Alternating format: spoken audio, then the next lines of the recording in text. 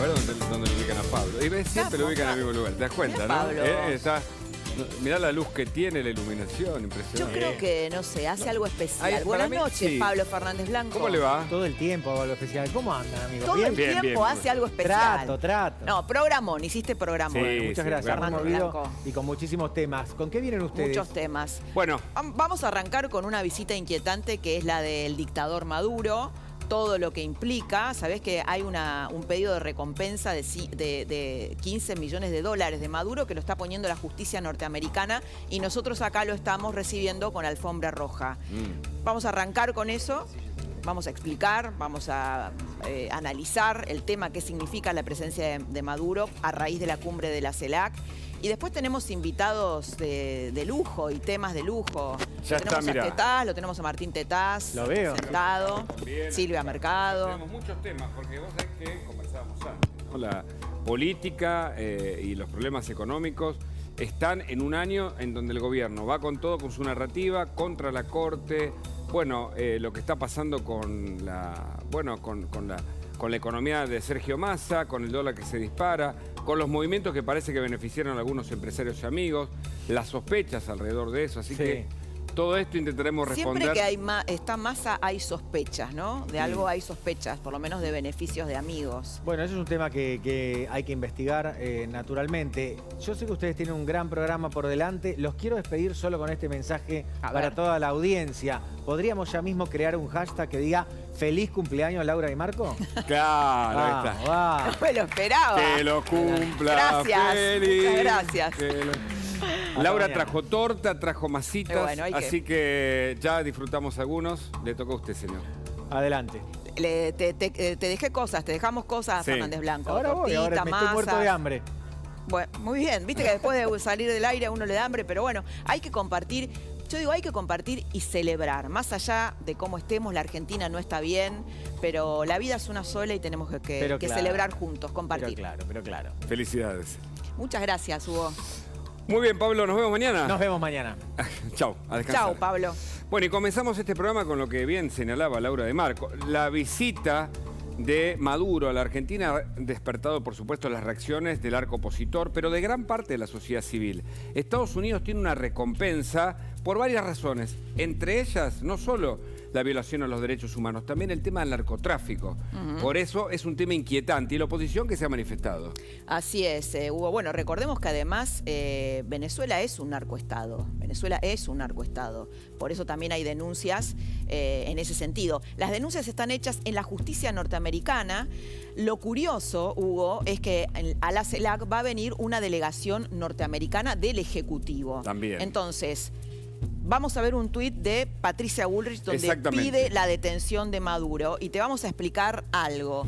¿Qué Lo puede vemos. pasar? ¿Cómo puede ¿Qué funcionar? puede pasar? Si lo pueden detener o no. Ella hizo un tuit diciendo, bueno, se lo puede detener a Maduro como el dictador tal como sucedió con Acá está. Pinochet. Si Nicolás Maduro viene a la Argentina, escribió Patricia Bullrich, debe ser detenido de manera inmediata por haber cometido crímenes de lesa humanidad, tal como ocurrió con Pinochet en Londres en 1998. La justicia va a actuar en resguardo de la vigencia universal de los derechos humanos. Bueno, Patricia Bullrich, que además fue ministra de Seguridad, tiene datos, aporta datos y sabe que hay un trámite que es posible hacer y que, atención, no está exento Maduro de una posible detención en la Argentina. No, sin duda. ¿Cómo debería ser? Bueno, la justicia norteamericana, que las denuncias están radicadas ahí, deberían, mira acá, qué fuerte que es, ¿no? La recompensa. Bueno, ¿cómo sería? La justicia norteamericana debería librar un exhorto a la justicia argentina. Claro, vía Cancillería. Vía Cancillería. Bueno, el tema es que Maduro es un jefe de Estado. Entonces, es muy difícil porque el trámite es engorroso. Debería ir a la Cancillería debe ir a un juzgado argentino, debe analizarlo y a partir de ahí instruir a las fuerzas de seguridad, entre ellas Interpol, que es la policía del mundo. ¿Va a pasar? Puede pasar, no lo descartamos. Es ¿Esto muy está fuerte, vinculado? muy Sí. fuerte la imagen, ¿no? Sí, El claro. tema es que, bueno, Maduro tiene inmunidad por ser un jefe de Estado. Su amigo Alberto, que, a ver, tan amigo no es porque Maduro le ha pegado bastante a Alberto por no ser suficientemente chavista, por decirlo de algún modo, podría protegerlo, podría decir, bueno, no, este es un jefe de Estado, no se lo puede tocar. O sea, tiene vericuetos esta novela de Maduro en la Argentina. Claramente, y tiene inquietudes de parte de la oposición. Vamos a ver más tuit del arco opositor y después vamos a charlar con Martín Tetaz y Silvia Mercado, que tienen una opinión sobre el tema. A ver. Bueno, esto es el comunicado de ARI. Elisa Carrió, que además siempre es muy enfática con el tema, la coalición cívica ARI manifiesta su profunda preocupación por la presencia de dictadores en la cumbre de la Comunidad de Estados Latinoamericanos y Caribeños, CELAC, a desarrollarse en la ciudad de Buenos Aires. Ahí lo firma la coalición cívica ARI. Manifiesta su profunda... Bueno, esto ya lo vimos. No podemos con nuestro silencio, esto tal vez es lo más importante, no podemos con nuestro silencio avalar regímenes que no respetan la voluntad popular, los derechos de las minorías, ni permiten la pluralidad política y la diversidad y libertad en materia de género, donde el kirchnerismo es tan sensible, así como la división de poderes, la existencia de justicia independiente y que apoyan tácticamente las violaciones a la integridad territorial de los estados. Bueno, recordemos que además, no solo a Maduro en Estados Unidos se lo investiga por la relación con el narcotráfico, con el tráfico de cocaína y particularmente con apoyar al cartel de los soles, sino que además se cree que hay vinculación con el terrorismo. El avión de Entrasur, que terminó en la Argentina, que está en la Argentina todavía, proviene de Irán y lo administra el gobierno de Venezuela. Y en ese sentido, todavía no hubo una conformación en la justicia argentina para determinar que los tripulantes eran terroristas, pero tampoco estuvo descartado, pero tuvieron que quedar en libertad. Bueno, además por sus vínculos estrechos con Irán, ¿no? Además, claro, por eso. Tenemos el bloque UCR, que también, por supuesto, se expresó y de este modo. El bloque de diputados de la UCR rechaza la presencia de Maduro, Ortega y Díaz-Canel en la Argentina. Ortega, el régimen de Nicaragua, y Díaz-Canel, el de Cuba, que metió preso cuando se expresaron en la última marcha a muchísima gente con un código penal durísimo, ¿no? Y con violaciones también a los derechos humanos. Su presencia, dice el comunicado del UCR, es una provocación a nuestro país y a las democracias de Latinoamérica. El kirchnerismo, subraya el comunicado, lleva varios años dilapidando una larga tradición argentina en defensa de los derechos humanos y la democracia. Lo que vos decías, somos amigos de los peores del barrio, la gente cuestionada, incluso por los organismos más importantes de derechos humanos a nivel mundial, están reclamando las libertades en Venezuela, en Nicaragua y en Cuba, ¿no? Que se respeten los derechos humanos, pero acá y hubo una paradoja, ¿no? Quizá la más fuerte, que es justamente es un gobierno, el kirchnerismo, que ha hecho de los derechos humanos su bandera y que se llena la boca con eso, ¿no? Y avala esto, ¿no? Realmente la incoherencia total. Y una diferencia importante con respecto a Cuba y Venezuela, que es que Cuba tiene denuncias por violaciones a los derechos humanos desde los años 60, el señor Díaz-Canel, pero no deja entrar a su territorio a nadie, a diferencia de Venezuela. Entonces, bueno, son denuncias inquietantes.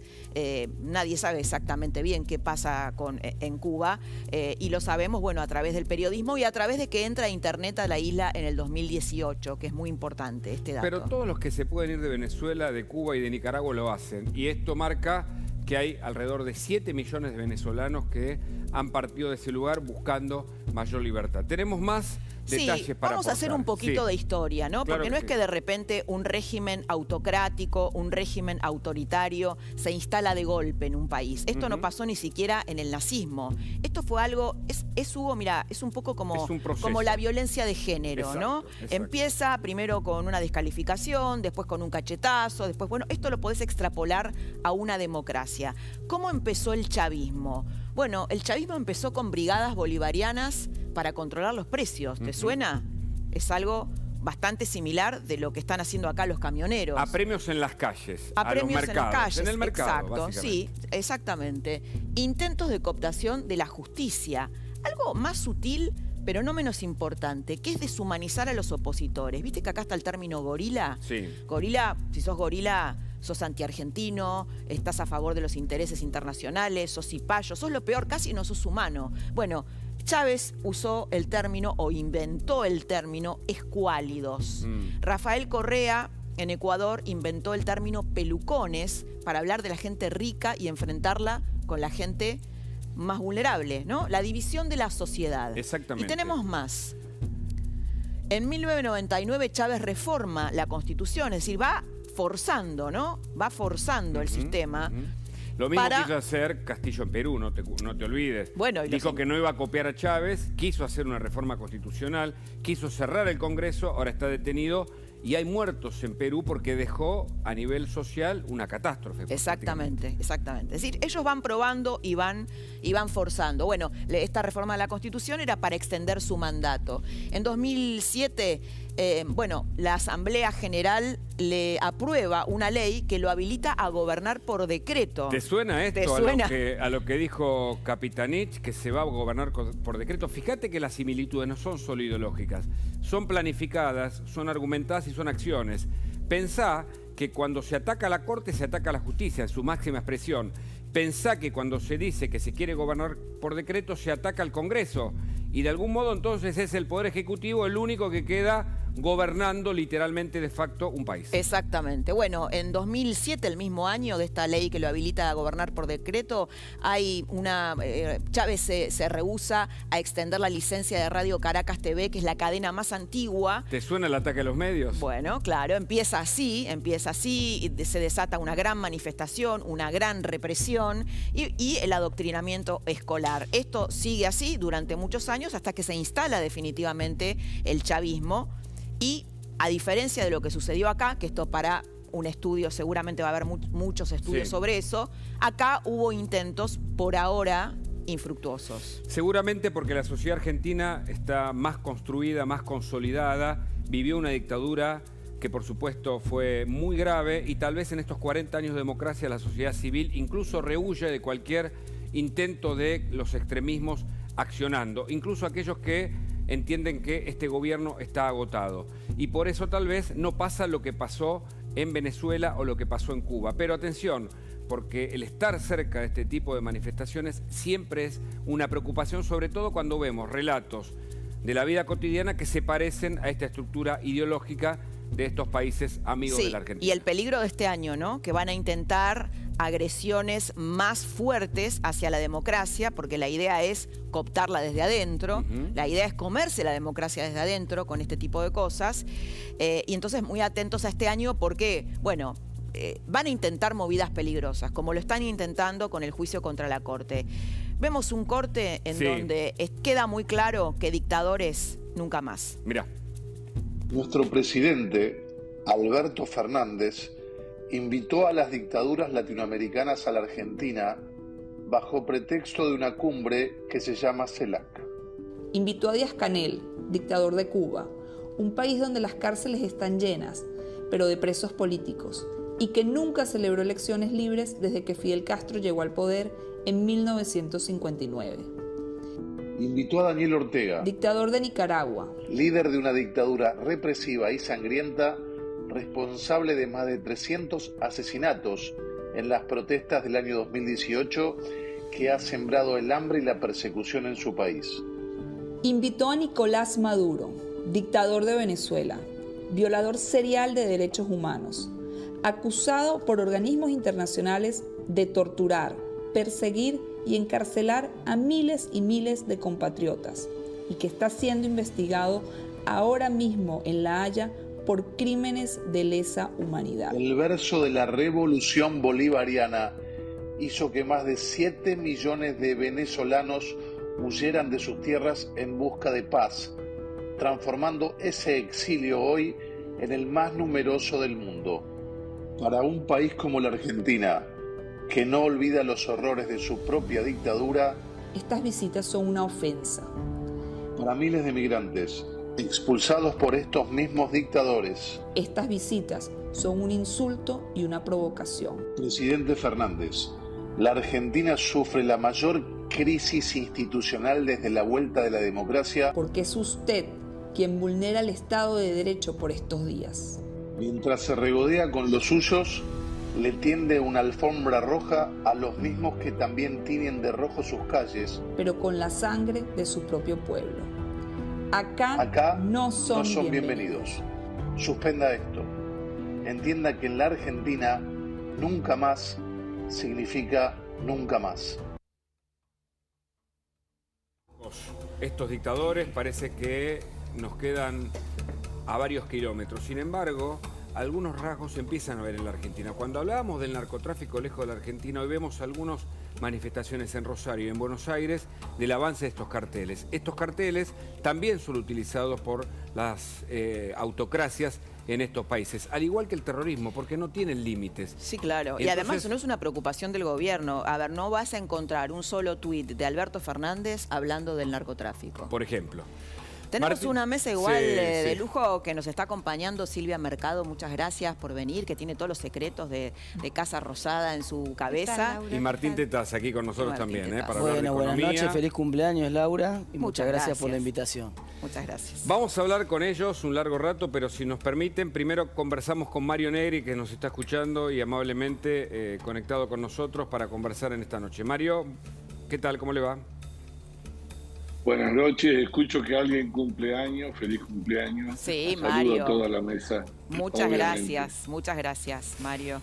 Mario, su primera reflexión sobre esta visita o estas visitas a la cumbre de la CELAC, que son preocupantes realmente, creo que para toda la sociedad en general.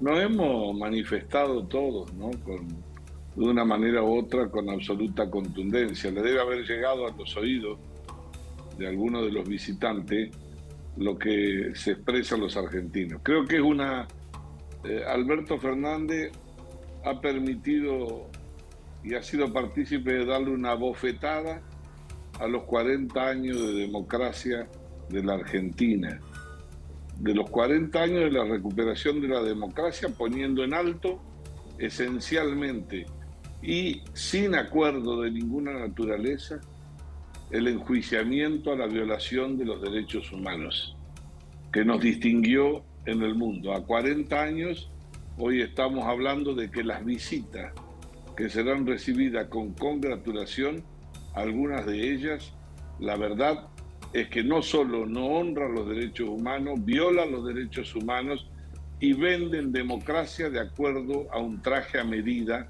del poder que tienen. Mario, eso es lo que sucede. Sí, eso está claro. Patricia Bullrich hizo un tuit diciendo que se lo debería detener a Maduro y hay una recompensa, como usted sabe, de 15 millones de dólares Sí. de la justicia norteamericana. Y, bueno, digo, cabe la posibilidad, Patricia Bullrich hacía un paralelismo con Pinochet cuando se lo detuvo. ¿Es posible que esto sea Yo no haría pueda ser efectivo? Mira, No haría ahí vemos. paralelismo, no veo bien jurídicamente. No sé si tiene pedido también de captura en Interpol. Sé que hay un proceso, por supuesto, en la Corte Internacional Penal, que está en marcha, obviamente, y además viene la referencia que ha hecho vos de una justicia de Estados Unidos, de un juez y de un Estado también, y que ofrecen una recompensa. Tengo la impresión que el único que podría eventualmente actuar es un juez federal en nombre de principios universales. De cualquier manera, independientemente de la discusión jurídica, acá vamos a pasar en blanco sobre negro. Esta reunión, este banquete que organizó Alberto Fernández para buscar legitimidad en la ilegitimidad que construye todos los días, con ilegítimos, fundamentalmente saquen 3 o 4 cosas. Primero, hay 2 que se pueden beneficiar, que parece que pueden salir a dar una vuelta, que es Maduro, ¿no? Que el que más lo hace, y Díaz-Canel, como decía vos, que no pueden ir prácticamente a ningún lugar. En segundo lugar, ¿quién falta? Falta el que conversa, habla por teléfono, pero cuando hay que venir, elige otra ruta, el más importante, que es el presidente de México. Se quedó allá. López Obrador. Sí, pero no es un dato menor. No, Cuando analicemos exacto, qué significa la ¿Qué CELAC, significa? eso, Pero ¿qué significa CELAC que no se está venga? Claro, y se está convirtiendo en una sopa de letras, CELAC. El presidente de México hace pocos días ha tenido una reunión que creo que era más importante seguramente, porque invitó al presidente de Estados Unidos y al presidente de Canadá a México para discutir protocolos de acuerdo que tienen que ver con inmigración, con inversiones, es decir, que gira para un lado, pero cuando hay que resolver en serio cuáles son los vínculos, mira a donde tiene que mirar. Por el otro es más lado, inteligente López Obrador, eso es lo que está deslizando Negri en esto. No, tiene conciencia México. ¿O es más pragmático? ¿A dónde está? Más pragmático. Pero además de eso, tengan en cuenta, porque a veces nosotros nos apuramos, ¿qué pasó en México una semana antes de la reunión? Salió fuertemente en el combate contra los narcos. Es decir, el presidente de México estaba dando una señal muy fuerte a las visitas que quisieran que no suspendan su viaje. Entonces, además, hay otros que no pueden venir directamente. Pero independientemente de eso y de lo que la Argentina queda como ámbito para que se reúnan en este juego que hace, a lo que a nosotros debemos ordenar las prioridades, además de condenar fuertemente. Y además darle un abrazo a los cientos de miles de venezolanos que están acá, que dispararon de allá y lo van a tener acá. Mañana la agrupación de venezolanos que están acá se van a reunir con Larreta mañana, bueno, por este tema. Silvia Mercado, nos gustaría una mirada. ¿Cómo se prepara la Casa Rosada, no? Bueno, la Casa Rosada, Laura, Hugo, está muy enojada porque dice que los medios de la Argentina están desvalorizando, están demonizando la llegada de Nicolás Maduro a la Argentina. Ocultan dos cosas muy importantes. La primera, que Nicolás Maduro efectivamente es un violador sistemático de los derechos humanos y le han dado garantías dentro del Estado argentino para que llegue sin ningún tipo de problemas y tenga aquí su visita sin ningún tipo de problema en la justicia y pueda ir una protección como corresponde, la verdad, a cualquier presidente, pero en el caso de él es especial por el caso del avión venezolano que tuvimos el año pasado. Sí, que está Pero acá hay todavía. otra cosa que de algún modo Mario Negri lo sugiere. ¿Qué es CELAC? CELAC es un organismo, y esto también lo oculta la presidencia. CELAC es un organismo creado en el 2010. Fue un organismo creado por el castrochavismo que estaba en ese momento dominando la enorme mayoría de los países de América Latina para competir y deslegitimar la OEA. Por eso la OEA no ha sido invitada. Se ha invitado tengo acá pero toda la lista de perdón, invitados. Silvia, hay una delegación de Estados Unidos que viene. Efectivamente, porque han invitado como un gesto diplomático a Biden, a Xi Jinping. Y a una gran cantidad... A Trudeau, ¿no? Sí, sí, después a una gran... No lo veo acá Trudeau en la lista ¿no? que me mandaron. Xi Jinping va a hablar, Silvia, por Zoom, o sea, va digamos... Aparentemente va a estar presente en la CELAC. Xi Jinping va a tener su presencia, también el gobierno de los Estados Unidos va a tener su presencia, pero aquí lo importante es que CELAC está siendo, digamos, empoderada de un modo que es preocupante para la Argentina. Es verdad, digamos, para los que profesamos los valores democráticos y defensores de los derechos humanos, me parece que se está poniendo a CELAC como si fuera una cumbre extremadamente importante, cuando en realidad fue impulsada desde el principio, insisto, por los sectores castrochavistas de América Latina.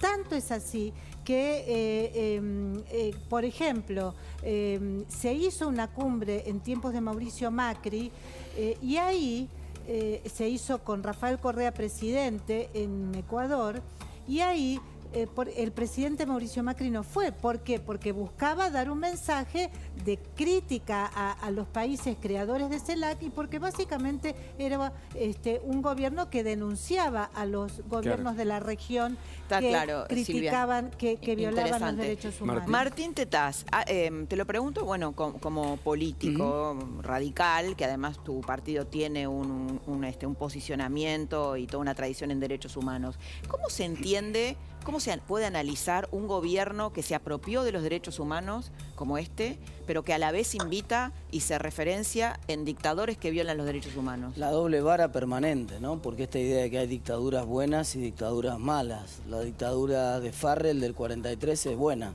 La dictadura de Maduro es buena.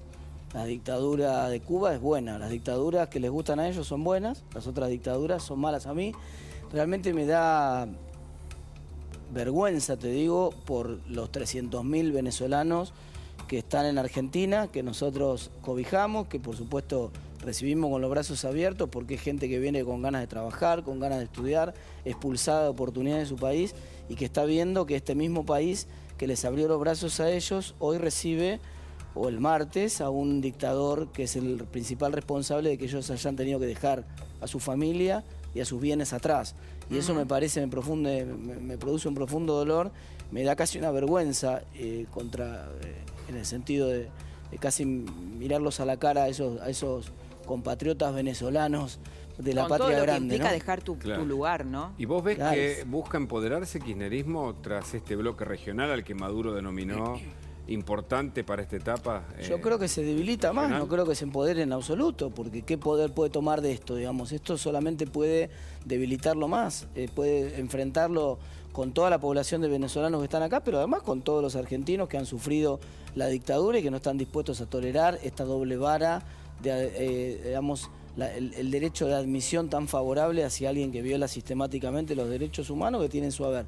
No solo los 7 millones de venezolanos que tuvieron que irse, sino lo más, el informe de Bachelet creo que habla de más de 50.000 muertes causadas por la dictadura, ¿no? Sí, y una investigación en la Corte Penal Internacional que está en marcha, ¿no? Sobre... ¿Negri? No, yo creo que lo que hay que tratar de separar, y coincido con Martín, la paja del trigo. Acá no estamos frente a un hecho que ocurre hoy. No estamos frente a la apertura de un debate que caracteriza al kirchnerismo en el mundo y sus aliados. Esto es un proceso de larga data que tuvo un pico de coincidencia y de estrellato con un populismo en el momento de fuerte crecimiento en la región y que les permitió afirmar y adorarse un camino de una ideología. Después fue peor todavía, porque vimos a un populismo no es de derecha o de izquierda, sino un populismo adueñándose del poder a cualquier precio. Y la democracia no se debilita como fue en los años 60 o 70 queriendo empujarla.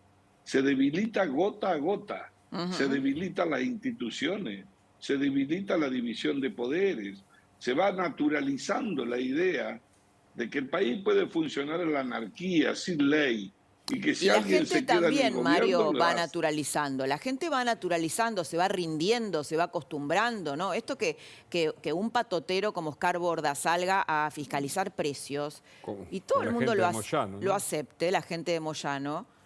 Bueno, es una manera, ¿no? De naturalizar. Gobierno, yo creo que el kirchnerismo cree que todavía hay un margen para utilizar ese método sobre la fatiga social.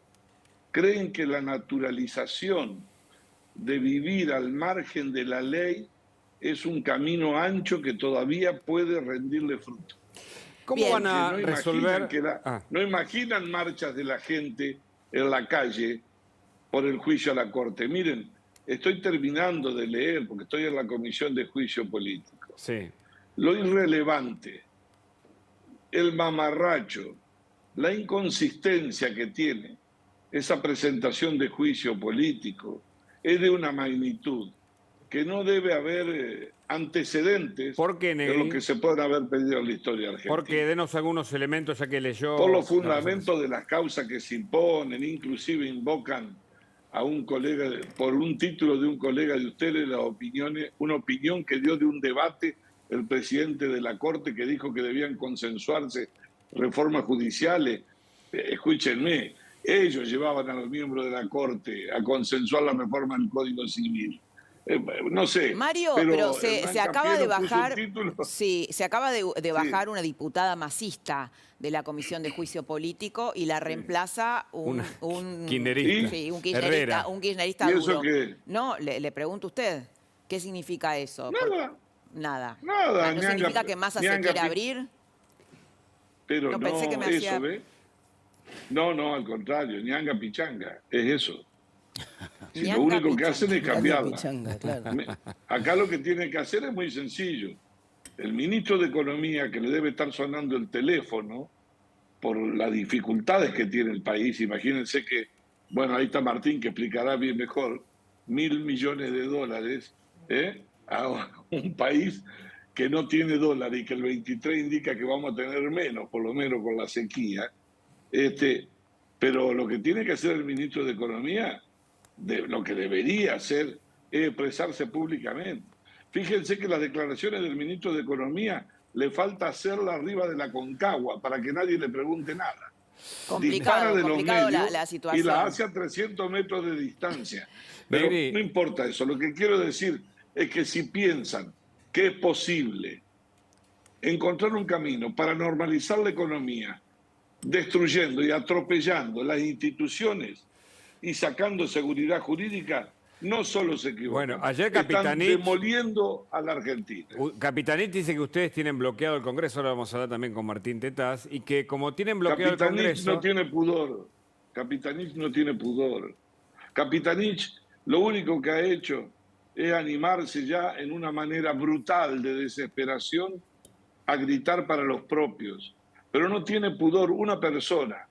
Miren, no quiero demorarlo, pero en una sola causal. Acá ellos, cuando privatizaron, acuérdense, cuando se privatizaron la FJP, sacaron el 15% de la masa coparticipable. Después en el 2008, cuando Cristina volvió, le estatizaron y se quedó con el 15%. Solo 3 gobernadores hicieron un juicio: Córdoba, Santa Fe y San Luis. Todos estos estaban debajo de la cama, escondidos, le tenían miedo, ¿no? Vino Macri, le devolvió la plata a todos. Cuando Macri dictó 2 decretos, uno para bajar el IVA de la canasta familiar, el segundo decreto para bajar ganancias de la 4ª categoría, sacarla, en el acto dijeron que perdían plata a la provincia y que no era resultado del acuerdo. Como tal, fueron a la Corte y la Corte en 20 días le ordenó a Macri que compense los fondos que había sacado con el decreto. Son un cachivache. Perdón la expresión. No, muy, la gente muy lo va a entender. gráfico, Mario. Bueno, Mario, muchas gracias por haber estado esta noche con nosotros. Un abrazo grande. Martín, ¿tienen bloqueado ustedes el Congreso con el tema? No, lo que pasa es que, como vos comprenderás, si está en juego la democracia y la república y no estamos dispuestos a aceptar las reglas de juego básicas del funcionamiento institucional, menos podemos discutir lo segundo. Es decir, imagínate vos acá que estuviera en juego, por ejemplo, que no te respetaran tu contrato, que no te respetaran tu libertad de prensa y tu derecho a dar tu opinión libremente, y que alguien quisiera discutir si tu corbata es azul o es roja. Entonces vos dirías, mirá, la verdad que no estoy dispuesto a dar la discusión de la corbata si como primera medida no me dejan dar mi opinión libre. Si el propio oficialismo está tratando de meter en las sesiones extraordinarias la discusión sobre los miembros de la Corte, la discusión del Consejo de la Magistratura y el juicio político a los miembros de la Corte por un fallo que no le gustó, entonces nosotros que en ese mismo contexto nos pretende que discutamos, por ejemplo, la moratoria previsional o otro tipo de cosas o el blanqueo, pero es una cosa de locos. A eso iba a ir, bueno, que lo planteábamos un poquito recién en el editorial que hicimos juntos con Hugo. Es un año, ellos van por la democracia, es un año donde pueden perder. ¿Es posible que esperemos o que tengamos ataques más peligrosos? Bueno, por la desesperación que tienen. Hay claramente un sentido, ¿no?, en el cual están avanzando. No es una casualidad. Hay un ataque a la Corte. Ese ataque a la Corte es una forma de golpe de Estado, hay que decirlo con todas las letras. ¿Ah, sí? ¿Qué hubiera pasado si el gobierno hubiera cerrado el Congreso, por ejemplo? Sería un escándalo, ¿no? En lo de Perú. Sería lo de Perú. El intento de Castillo. Bueno, no reconocer un fallo de la justicia implica cerrar la justicia. ¿Cómo cerrar la justicia? Y acá quiero agregar un dato que me parece que es un aporte a lo que está pasando en la Comisión de Juicio Político. Esta renuncia de la diputada Masista para ser reemplazada por un diputado de la provincia de La Rioja tiene una explicación política muy clara. ¿Cuál es? El gobernador Quintela, que es el gobernador de La Rioja, fue el que puso los carteles escrachando a los cortesanos, a los jueces de la Corte en la puerta de la Casa de Gobierno riojano. Ahora se le está pagando con esta designación a este diputado que va a liderar de un modo totalmente artero y sin apego a la Constitución Nacional, ataques a la justicia por mandato, por supuesto, del gobernador Quintela, pero también por mandato de la Casa Rosada. Es decir, vieron en el gobernador Quintela a alguien dispuesto a jugar. Ahí está la ahí foto está el que escrache. pone en la Bueno, el en La Rioja esto, que le gusta tanto al kirchnerismo, ¿no? Quintela, que fue el que recibió planes de vivienda y fondos del Estado durante el kirchnerismo. Bueno, ahora está haciendo lo propio, está devolviendo a través de Herrera, que es el diputado que va a reemplazar a la diputada masista, ¿no? Muy grave. Muy grave. Ahora, Martín, el tema Massa, ¿no? ¿Cómo hace Massa y economía? Porque por un lado, Massa empezó tratando de no investir, tratando de quedar al margen de la embestida de la Corte, ahora se sumó, avala a través de Matías. Si Massa realmente quiere que se traten los temas que a él le importan, como por ejemplo el blanqueo. Sí. Dentro de las sesiones extraordinarias, lo que necesita es convencer a su presidente que retire inmediatamente los temas que vinculan a la Corte del orden del día. Bueno, pero no va a haber ningún problema. No lo convence, sino que está cristinizado, está como capturado por Cristina. Entonces, avala que los camioneros controlen precios a través de sus ramas más violentas. Eso es típico. Preguntar esto, ¿cómo hace después para ir a Washington al fondo y decir que él es ortodoxo, que él hace el ajuste, que él es republicano? Eso es típico del populismo. El populismo trata de mostrar que el responsable es otro. O sea, ¿cuál es la base del populismo? Y le dan a la maquinita y tratan de financiar todo el gasto público excedente con billetes fabricados, ¿no? Eso lo hicieron con el Plan Platita, lo hicieron con el déficit fiscal financiado con emisión monetaria. Entonces después se hacen los distraídos y dicen, yo no tengo nada que ver. Lo de los camioneros es parte de esa pantomima de tratar de deslindar responsabilidad, de decir, no, nosotros con la inflación no tenemos nada que ver. Tan es así que vamos a poner un ejército de gente a controlar los supermercados, porque no puede ser que esto... ¿Te acordás cuando Kicillof despotricaba contra por ejemplo, el Club de París y después se arreglaba y le pagaba todo? Cuando despotricaba contra YPF, por ejemplo, y después en el acuerdo le pagaba más de lo que valía a Repsol, lo que valía... Bueno, entonces ellos gritan fuerte como para que parezca que están enojados contra el que sube los precios, pero en realidad los que generan la inflación son ellos mismos. Entonces, y después cuando salen a criticarlo dicen, no, nosotros no somos los que mandamos. Esquivan esa responsabilidad. Y esta semana hubo algo más grave.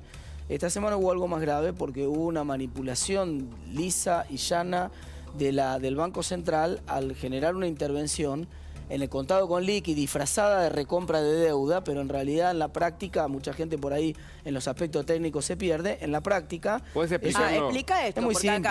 vamos a ver qué se difundió oficialmente. Hubo una recompra y si hubo beneficios de amigos empresarios. Expliquémoslo de un modo que sencillo, que lo podamos entender todos. Hubo una recompra, Massa anuncia una recompra de $1.000 millones de dólares. Exactamente. Usando de reservas bonos. de bonos en dólares.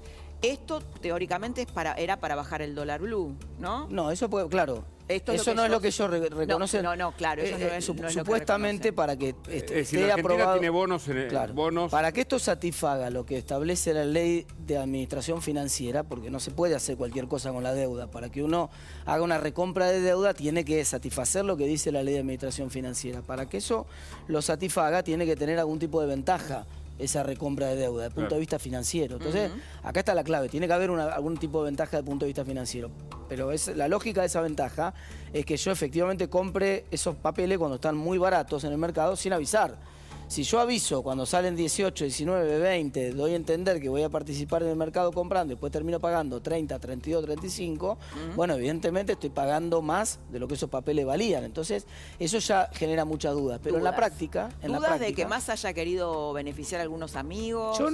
Nosotros hicimos un pedido de informe para que explique esto en el Congreso. Para que vaya al Congreso y explique claramente, Ojalá, yo sé que él ha ido muchas veces a Congreso, porque obviamente fue presidente de la Cámara, pero además siempre se ha mostrado dispuesto a ir. Ojalá esta no sea la excepción, venga al Congreso y explique claramente las condiciones bajo las cuales tomó la decisión y por qué lo hizo de esa manera.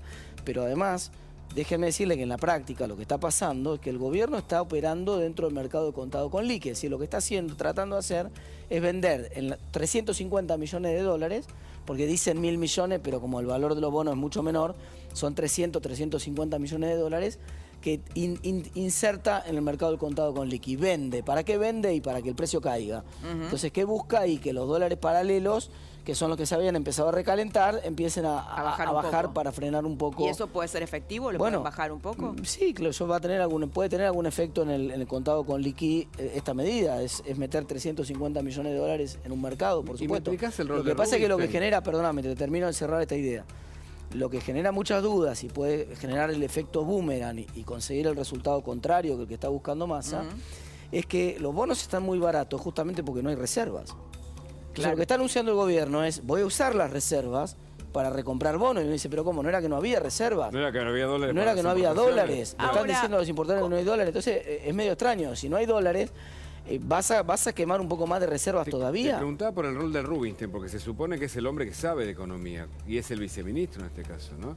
Hacen una... que Massa no sabe de economía. No, quiero decir que no abogado. es... Claro, Massa es el jefe, en la práctica el jefe de gabinete, ¿no? Es cierto, claro. Es cierto.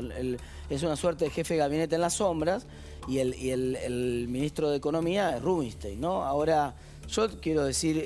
¿Se devaluó él también porque era superministro de Totalmente. Yo quiero decir que primero, desde el punto de vista profesional, personal, hasta antes de que Rubinstein llegara al gobierno, yo tengo y tuve siempre un gran respeto por Rubinstein, me parece una persona muy capaz. Realmente me puse contento de la llegada al gobierno porque me ilusioné de que por ahí giraba el gobierno. Un poco de coherencia. Puede haber un giro del gobierno en el sentido de la racionalidad. ¿Con Cristina Kirchner crees que puede haber un giro? Bueno... Por supuesto, obviamente quedó demostrado que no, pero realmente Rubinstein era una persona profesional, de bien, con una persona que entiende cómo funciona la economía y realmente el tipo de cosas que están haciendo son insólitas y además estamos caminando de un país que festejan que la inflación fue 5,1%. ¿Sabes cuánto te da eso cuando lo anualizás? Te da 80%. Claro. O sea, están festejando 80% de inflación. Entonces, ¿eso nos conformamos? ¿Esa va a ser la inflación? Festejó la propia vocera presidencial. Que no había... El 100. ¿Está bien ese? Entonces, ¿nos conformamos con eso? Bueno, ese es el ¿Nos conformamos con eso? Y el que reaparece... Sí. Dale. Vamos a dúo, los Pimpinela. No, bueno, a ver, Martín, vos que tenés cierta aspiración en la provincia de Buenos Aires, entiendo. Y Silvia, vos que, bueno, te interesa investigar sobre el peronismo. Política, claro. Hay un personaje que reapareció. Te lo vamos a mostrar. A ver, mira. Quiero contarles que empiezo a trabajar para conducir el justicialismo de la provincia de Buenos Aires. Nuestros compañeros están sin conducción. El peronismo ha sido usurpado, se está resolviendo en la Corte, pero es necesario que nos pongamos a trabajar para eso, evitar todos peleados con todos dentro de mi partido. Tenemos que terminar con eso y rápidamente, una vez que esté organizado, unirnos en una gran coalición, además fuerzas políticas, como lo hicimos siempre. No hay salida en Argentina, no hay salida si nos seguimos peleando. Todos juntos armemos una gran coalición. De esto hablaré más adelante.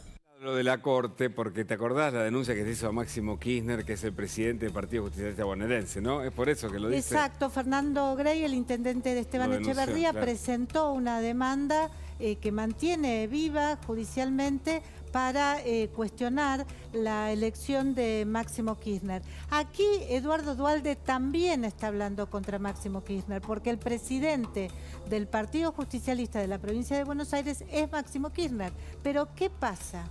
Todos saben en la provincia de Buenos Aires, creo que no solo los peronistas, sino también los radicales, todos saben perfectamente que Máximo Kirchner, su intención verdadera es irse a competir en la provincia de Santa Cruz, ser candidato a gobernador en Santa Cruz, con lo cual no solo que Cristina Fernández de Kirchner no sería candidata, sino que el propio Máximo Kirchner no estaría respaldando con su apellido, por lo menos, a la militancia del Frente de Todos. La situación electoral para el Frente de Todos en la provincia de Buenos Aires es definitivamente complicada.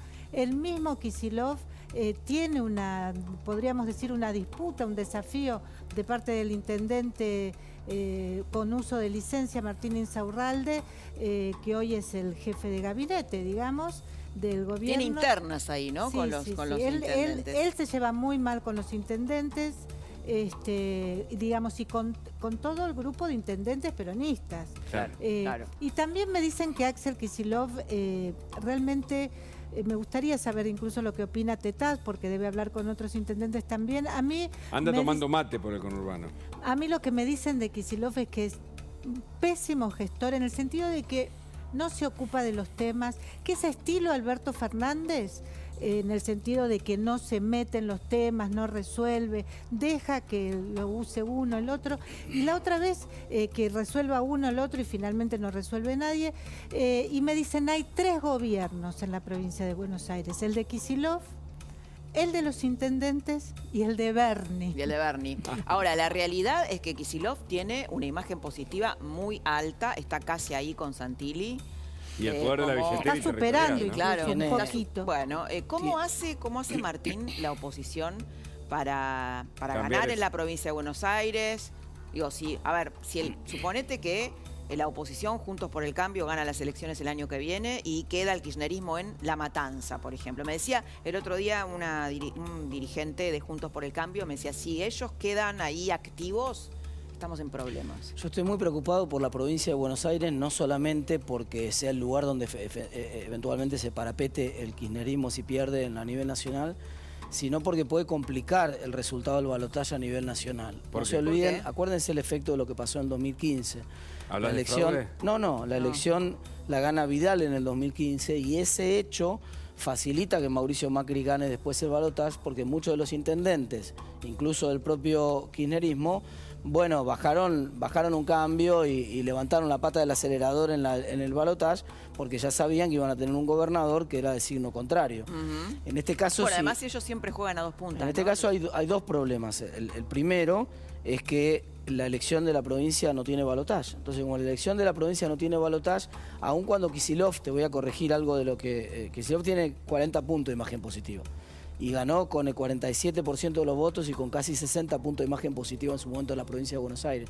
Perdió 20 puntos. Ha perdido más de 20 puntos de imagen y tiene más imagen negativa que imagen positiva. No, me refiero ahora con respecto a, tiene la ventaja, Santilli. claro, pero tiene la ventaja, la billetera, tiene la ventaja de que puede ganar la provincia de Buenos Aires con 40% de los votos, porque no hay balotaje en la provincia de Buenos Aires. O sea, puede ganar con el 60% en contra. Vos recorriste el conurbano, hiciste un muy buen laburo, yo te escuché y algunos de tus materiales los vi. Y seguramente pocos recorren el conurbano, parece Biafra, ¿no? O sea, en un punto es... Ahora, vos sabés que la militancia está ahí. Desde chiquito se milita peronismo, kirchnerismo, es como... Mira, la gente, yo te digo lo que vi yo. Está cambiado, ¿no, Sí, Martín? totalmente. Te digo lo que vi yo. Yo vi a la gente, hablé con muchísima gente, estuve todo el mes de diciembre recorriendo el conurbano y vi a la gente cansada de vivir mal, ya hastiada. ¿No de lo decían que está viva Perón? No, de ninguna manera, están muy enojados, muy enojados.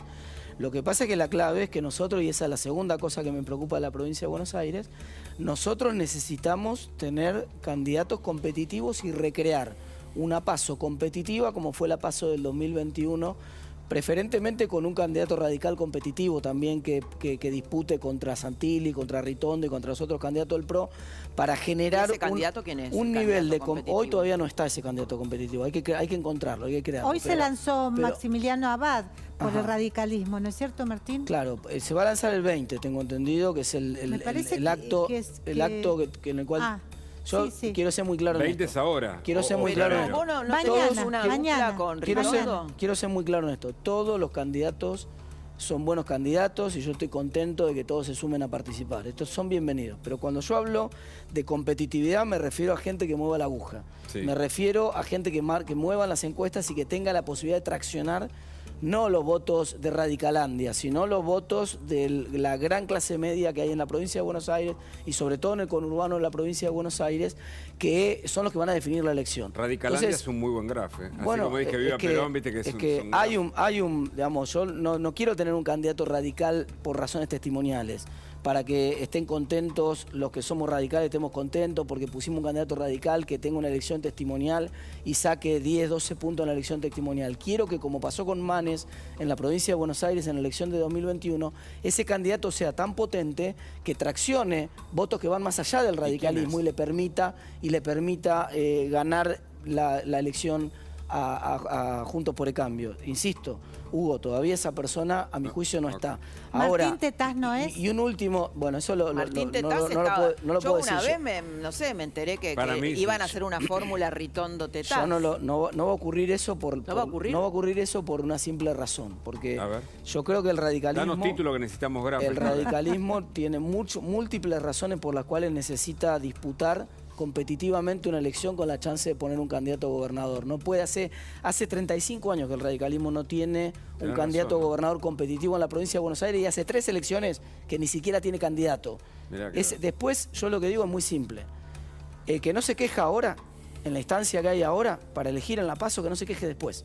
El radicalismo que después se queja de no porque no nos dio bolilla Vidal o no pudimos hacer esto, no nos escucharon. Está hablando Tetaz a su tropa, pero yo quiero que hablemos un poco más general, ¿no? Y que hablemos de las preocupaciones de la gente, que es, por ejemplo, vos hablabas, Silvia, recién decías algo así como que hay un cambio en la provincia de Buenos Aires y a mí me llamó la atención personalmente que salió Mario Iggi, un varón del conurbano, muy identificado con este gobierno, diciendo hay que empezar a laburar, dejen los planes. ¿Pero por qué lo dice? Eso es una interna, esa es la interna, ¿viste la respuesta de Grabois? Sí, bueno, pero digo, eso no recoge también un cambio. Pará, contamos, ¿no? Iggi de repente dice hay que sacar los planes, hay que laburar, ¿viste? Todo dice, no es Iggi, porque no tiene el poncho. No tenía el poncho, tal vez se le fueron. Pero Grabois le dice, no consigue laburo para las ambulancias. Recordemos que en un momento se filtró el audio de que cubría los... Esa es la interna política. Esa es la interna no política. Merca para las ambulancias. Pero esa es la interna política por el manejo de los planes entre las organizaciones sociales, que son una suerte de privatización del manejo de los planes en Argentina, porque no son dependientes del Estado, y los intendentes, que son los que en realidad quieren manejar los planes sociales. Esa es la interna que está ahí atrás. Sí, pero más allá de la interna, Martín, me parece que lo que hay es una vocación de la enorme mayoría, aún dentro del electorado peronista más clásico, de pegar un salto en la vida, sobre todo de los jóvenes. Todos estos jóvenes que siguen a Milei, que también lo siguen en los barrios populares, lo hacen porque lo que quieren es salir del estado de anomia en el que están viviendo. Que la podrán aprovechar y los intendentes en contra de las organizaciones sociales, pero la verdad que hay mucha gente que está dispuesta a cambiar, a apostar a algo nuevo. Ahí hay un tema clave con el de Milei. Te cierro con 30 segundos, Silvia. Disculpame, Laura, pero es muy importante lo que dijo Silvia, porque es clave la figura de Milei en la provincia de Buenos Aires. Quiero que después me cuentes eso, sobre Milei. Vamos a tener queremos tiempo. Que nos cuentes más del recorrido. ¿Dónde estuviste esta vez en el conurbano? Pero vamos y venimos. Más noticias a la noche hasta las 24. Está Martín Tetaz, está Silvia Mercado, Jean Libares, Florencia Dorante. Y nos había quedado una pregunta pendiente para Martín Tetaz. Estábamos hablando de Milei, porque Milei les quiebra el electorado a Juntos por el Cambio. Claro, hay un problema muy grave en la provincia de Buenos Aires. Algo tremendo Milei el otro día. La solución es que yo me muera para Juntos por el Cambio. Al contrario, todo lo contrario. Yo creo que a nosotros nos conviene, ¿no? Todas las opciones opositoras al kirchnerismo que se presenten en esta elección, a nosotros nos suma, nos parece interesante, y además Milei va a ser un factor, va a tener entre 30 y 40 diputados y va a ser un factor muy importante para, no sé si para apoyar la reforma nuestra, pero ciertamente para evitar la reversibilidad de la reforma si nosotros tuviéramos una elección mala de medio término. Así que yo estoy muy a favor de que, prefiero que los votos vayan a Milei y no al kirchnerismo claramente, y en muchos lugares pasa eso. Pero en la provincia de Buenos Aires, nosotros tenemos un problema grave con la candidatura de Milei que se siente. Él también lo tiene, lo tenemos toda la oposición lo tiene. Que es que al no haber un balotaje, si se fragmenta el voto opositor en la provincia de Buenos Aires, gana Axel Kicillof, incluso puede ganar con menos de 40 puntos la elección, podría ganar con 37 o 38%. Nosotros necesitamos alcanzar algún tipo de acuerdo político de la siguiente naturaleza, que lleguemos todos los candidatos a la PASO, pero que después el candidato que gana en la PASO termine mano a mano con Kicillof. Convertir la vuelta de octubre de la provincia de Buenos Aires en una suerte de balotaje. Ese es el gran desafío que tenemos que tratar de construir. ¿Puede haber un acuerdo con Milei en eso? Bueno, yo creo que hay que proponérselo. Después hay que ver si él está dispuesto a aceptarlo. ¿Cómo es tu relación con él? Yo tengo una buena relación personal con él. Chocamos mucho, obviamente, por razones políticas, cada vez que hemos opinado distinto de política. Pero se respetan desde el punto de vista económico. Por supuesto que sí, por supuesto. Yo estoy dispuesto a conversar. Porque lo escuché de él. Yo creo que esta opción es una opción que hay que analizar, sino tomar la decisión, decirle claramente a la gente si estamos dispuestos a sacar al peronismo de la provincia de Buenos Aires. Para que se termine el kirchnerismo de la Argentina no es suficiente ganar la nacional, es muy importante ganar la provincia de Buenos Aires y encima puede ser, como dije antes, que si no ganamos la provincia de Buenos Aires tampoco podemos ganar la nacional. ¿Qué coincidencia más relevante tenés vos con Milei en materia económica? El diagnóstico que hace sobre la estafa que significa el Estado hoy en Argentina. Solo que él tiene una diferencia, que quiere una economía prácticamente sin Estado, y en el mundo eso no existe. En el mundo se divide entre los países donde el Estado funciona y los países donde el Estado no funciona. Más allá del tamaño del Estado, que es otra discusión importante también para dar. Pero no existe los países anarcocapitalistas sin Estado. No existen los países donde el Estado no financia la educación pública como corresponde. No existen. Entonces, tenemos muchas diferencias en algunos temas como el de la educación pública, como el de la brecha de género en los ingresos que perjudica mucho a las mujeres y que ellos niegan rotundamente, y nosotros, por supuesto, es una de nuestras banderas, la defensa de la igualdad en materia salarial y en general en Argentina. Y seguramente el tema del Banco Central, tiene una discusión ahí. Por supuesto, porque tampoco funciona ningún país que prenda fuego el Banco Central. Y ahora nos contás lo del conurbano, pero yo le quiero preguntar a Silvia Mercado sobre el poco apoyo que está teniendo el presidente últimamente en los actos, cada vez está más solo. Vos que sos un especialista en Casa Rosada, contanos. Sí, bueno, efectivamente yo pongo en las redes sociales, le están haciendo el feo en la cámpora, en el kirchnerismo, porque está dando vueltas por todo el interior y bueno, y los referentes. ¿No van los gobernadores? No van los gobernadores, no va la cámpora, no van los senadores, van personajes menores en todos los casos. Hoy hay una nota muy buena que recomiendo en el portal de La Nación de Cecilia Devana, donde se explica, donde se pregunta ¿para qué esto? ¿Por qué lo hacen padecer al presidente realmente esta falta de interés en su figura? Bueno, acá hay una decisión. ¿Está deprimido Silvia Alberto Fernández? No está deprimido. Yo creo que el presidente... Ahí está la nota de Ceci Devana. Las ausencias de socios y aliados se hacen cada vez más evidentes en los actos de Alberto Fernández. Hay como un acto de indiferencia, hablando de actos, ¿no? Exactamente, hay un desdén a su figura, y lo que llama la atención es que justamente por lo que yo veo es como alguien que está exactamente en contrario a deprimido, como a veces hasta maníaco, porque no reconoce que de verdad le están haciendo realmente un vacío en el poder muy importante, y no es un tema... Al borde del bullying, decís vos. Y sí, y él sigue adelante como si no pasara nada. Y ahora, cuando habla su vocera y habla él y dice que todo lo que hizo es maravilloso, que no le van a regalar esta cosecha maravillosa a la derecha, ¿esto se lo cree? Eso es un... ¿Qué es lo que dice? Bueno, eso lo de la derecha fue maravilloso. Sí. La verdad que están medio chiflados, porque no se necesita. Perdón, lo que pasa es que esta noche nos relajamos un poquito. Es inevitable. Escuchamos el otro día que hablaba del crecimiento, hablaba de un país irreal. Le hicimos Cherrutilandia, el mágico mundo de Gabriela. Ah, muy bueno eso. Sí, el mágico mundo de Gabriela. Estamos en crecimiento. Dijo, crecimos... Dijo que fuimos el segundo país después de China que crecimos, Martín. Yo no sé entonces por qué vuelan los ministros de Economía por los aires, ¿no? Tienen le duró tan poco. El 100% de inflación, el 40% de pobres, la indigencia, salarios... Y además, si es así, ¿por qué no los elegiría la gente, no? Es una locura porque, claro, como comparan el 2022 contra el 2021, y el 2021 tuvo 6 meses en pandemia, obviamente el 2022 le da más arriba del 2021, eso es un juego de chicos. Pero ¿no? Entiendo que no es crecimiento, sino rebote. Por eso te digo, Silvia. Bueno, lo tenemos a nuestro colega Jean Libares con más novedades sobre el caso Báez Sosa. Importantes.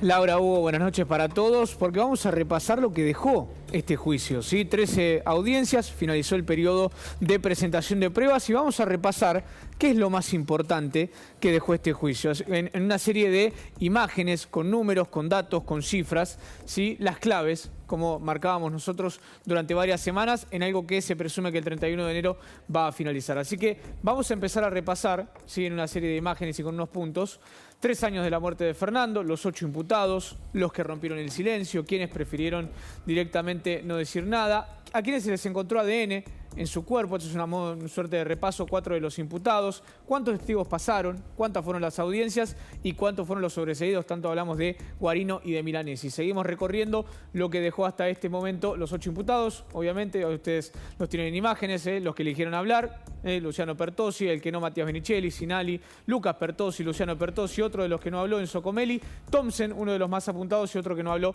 es Ayrton Violas. Seguimos repasando entonces más de lo que dejó hasta el día de hoy este juicio en Dolores. La imputación, más que importante, homicidio doblemente agravado por alevosía, ¿sí? Lo que marcábamos siempre, por el concurso premeditado, obviamente el concurso de 2 o más personas. Veremos si esto lo puede probar o no la querella y la fiscalía. Los testigos, amigos, familiares, funcionarios, absolutamente todo lo que rodeó a este caso, todos los que fueron pasando. De algunos se prescindió, no pasaron los 176, pero obviamente lo más importante es que se los sitúa a la mayoría de los imputados en la escena del crimen, algo que no pueden refutar. Seguimos repasando entonces la reconstrucción. El fiscal, la fiscalía, Dávila, y también el otro fiscal que están a cargo de esta causa, constataron que en menos de 60 segundos Fernando recibe este fuerte ataque, lo que lamentablemente le ocasiona después la pérdida de la vida, y obviamente también que lo atacaron por delante, por detrás, por el costado, y que ya en el suelo lo golpearon hasta su muerte. Seguimos repasando qué se viene en este juicio. 25 de enero, el alegato de la Fiscalía de la querella del particular damnificado. Al otro día, Hugo Tomei va a tener la palabra para poder defenderse y obviamente tratar de que sus imputados salgan lo más indemnes posibles. Y ese mismo día, la presidenta del tribunal, lo componen 3 jueces, pero Claudia Castro va a dictaminar cuándo va a ser el veredicto. Se presume que si todo va sobre los carriles correctos, será el 31 de enero. Pero ahora bien, yo quiero centrarme en algo que se puso en tela de juicio en las últimas horas, que fue la maniobra del RCP. Algo que en las últimas audiencias, los peritos de parte que propuso Hugo Tomei, dijeron, pero atención, puede ser que el RCP haya modificado el curso de la historia con Fernando, quizás eso agravó su posibilidad de que muera. Y por ejemplo, Jorge Rodolfo Belich dijo, no fue el RCP lo que mató a Fernando, pero agravó la situación por la movilización del cuerpo. Esto generó cierta polémica. ¿Por qué? Porque por ejemplo, Fernando Burlando le respondió mediante un tuit. Si lo podemos repasar, decía esto: en el reino del revés, 2 peritos dicen que una maniobra de RCP mata. Y terribles patadas en la cabeza no. Quería encontrarme con eminencias del peritaje y trajeron a piñón fijo. Otro manotazo de abogado de la defensa que puso en duda la autopsia y la causa de muerte de Fernando. Este es un punto central que ocurrió en lo último del juicio y quería tratarlo con ustedes, Laura, obviamente Hugo, y saber si el RCP, como dicen estos 2 peritos de parte, hace mal o hace bien. Florencia Dorante es criminalista, está con nosotros y le pedimos su mirada justamente sobre este punto, sobre lo que dijeron los peritos de parte que buscaron anular o de algún modo responsabilizar a quien hizo RCP, que además de los bomberos fue una joven que se presentó voluntariamente en la escena cuando Fernando Báez Sosa estaba en el piso. ¿Qué tal, Florencia? Sí, Hugo, buenas noches. Estuve leyendo muy detenidamente lo que es este informe que presentan los peritos de parte y hace hincapié en 3 cuestiones fundamentales. Dice que la maniobra de RCP lo que hizo fue generar lesiones posiblemente en la zona del hígado. Dice que el médico legista describe lesiones en el hígado, pero no las describe exteriormente, a partir de qué se generaron esas lesiones del hígado. Y dice que el masaje cardíaco, al no inmovilizar la cabeza, algo que tampoco está aprobado porque no hay imágenes del momento en que le realizan masaje cardíaco y se supone que las personas que lo hicieron sabían cómo hacerlo, al no inmovilizarlo la cabeza, dice que el masaje cardíaco hizo que golpee contra el suelo en la cabeza de Fernando. En realidad, estos son cuestiones que son completamente debatibles. A ver, no tenemos que pensar que está mal que haya peritos de parte que cuestionen algunas aristas que se puedan llegar a desprender porque no existen las verdades absolutas, pero sí es una realidad que la causa de muerte, y esto sí está probado, que fueron los golpes en la cabeza, puntinazos, las pisadas. Esto generó una hinchazón muy fuerte en lo que es el cerebro y bueno, esto generó que se generen estos daños incompatibles con la vida. Y esto sí está completamente probado. Después querer crear otras aristas y otras hipótesis no está mal, es parte de la defensa. Florencia. Sí, el tema Florencia es, bueno, que tal vez mucha gente que quiere hacer maniobras de RCP a la gente por ahí le da miedo después de este debate que se generó, si puede generar daño o no. Y lo tenemos para hablar de esto al doctor Mario Fitzmaurice, es médico del Hospital Rivadavia, jefe de arritmias, y bueno, y queremos despejar dudas con él. Buenas noches, doctor, bienvenido. ¿Cómo le va? Gracias. Hola, ¿cómo están? Buenas noches a todos. Bueno, su opinión sobre esta descripción, ¿no? El cuestionamiento del RCP y evidentemente el trabajo importante que hicieron para salvarlo a Fernando. Bueno, a ver, primero me parece que cuando alguien le hace reanimación cardiopulmonar a alguien, uno tiene que tratar de alguna manera de pensar en la etimología de la palabra. Reanimar quiere decir volver el alma, reanima. Para volver el alma, primero vos tenés que estar muerto. Si es primero una definición fisiológica, también es médica. Quiere decir que nadie va a reanimar a nadie que no haya estado muerto. Quiere decir que entonces el abogado o el fiscal o el forense que dijo que esto está mal, reconoce solamente con el hecho de que alguien le haya realizado RCP que ya Fernando estaba muerto. Fernando estaba muerto fundamentalmente por un traumatismo de cráneo que le provocó hemorragias cerebrales, edemas cerebrales, y esa hemorragia y edema cerebral hace que un pedacito del tronco encefálico que se llama bulbo raquídeo no estimule más para que vos respires.